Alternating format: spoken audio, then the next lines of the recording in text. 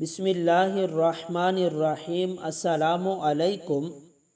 حضرت ربیعہ بن عثمان رضی اللہ تعالیٰ عنہ کہتے ہیں کہ ایک دیہاتی حضور صلی اللہ علیہ وسلم کی خدمت میں آیا۔ اس نے اپنا اونٹ مسجد سے باہر بٹھا دیا۔ صحابہ کرام رضی اللہ تعالیٰ عنہم میں سے بعض نے حضرت نعمان کو کہا، اگر تو اس کے اونٹ کو ذبح کر دے تو ہم اس کا گوشت کھائیں گے اور حضور اس کی قیمت ادا فرما دیں گے۔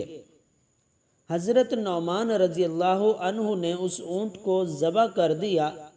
جب وہ دیہاتی واپس جانے لگا تو اس نے اپنی سواری کو ذبح پایا تو اس نے شور مچایا اور حضور صلی اللہ علیہ وسلم کو پکارا۔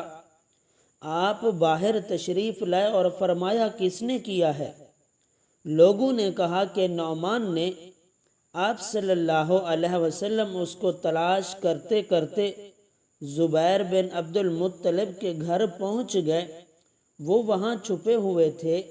ایک شخص نے نعمان کی طرف اشارہ کر کے کہا، یا رسول اللہ، میں نے اس کو نہیں دیکھا۔ حضور نے اس کو وہاں سے نکالا اور پوچھا، کس چیز نے تجھے یہ کرنے پر ابھارا ہے؟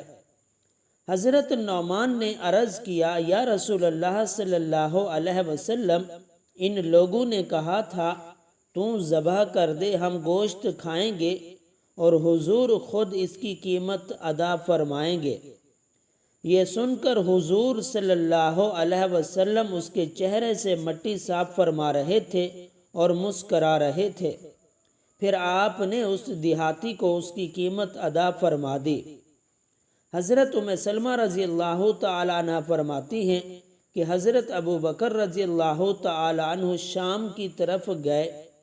ان کے ساتھ حضرت نعمان اور حضرت ثویبۃ رضی اللہ تعالیٰ عنہم بھی تھے۔ جس اونٹ پر زیادہ راہ تھا اس پر حضرت ثویبۃ مقرر تھے۔ حضرت نعمان بڑے مذاق کرنے والے تھے کہ حضرت ثویبۃ کے پاس آئے اور ان سے کہا، مجھے کھانا کھلا۔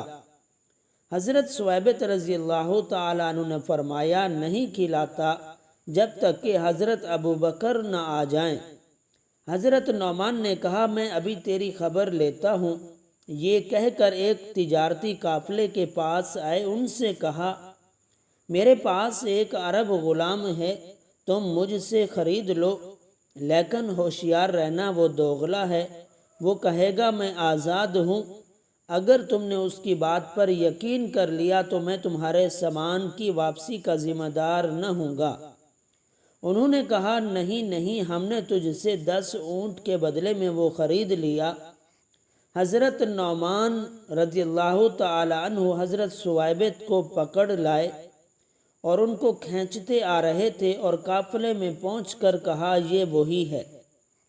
لوگوں نے حضرت ثویبۃ سے کہا، جو ان کو نہ جانتے تھے، کہ ہم نے تجھ کو 10 اونٹوں کے بدلے میں خرید لیا ہے۔ حضرت ثویبۃ نے کہا، یہ نعمان کا ذب ہے، میں تو آزاد مرد ہوں۔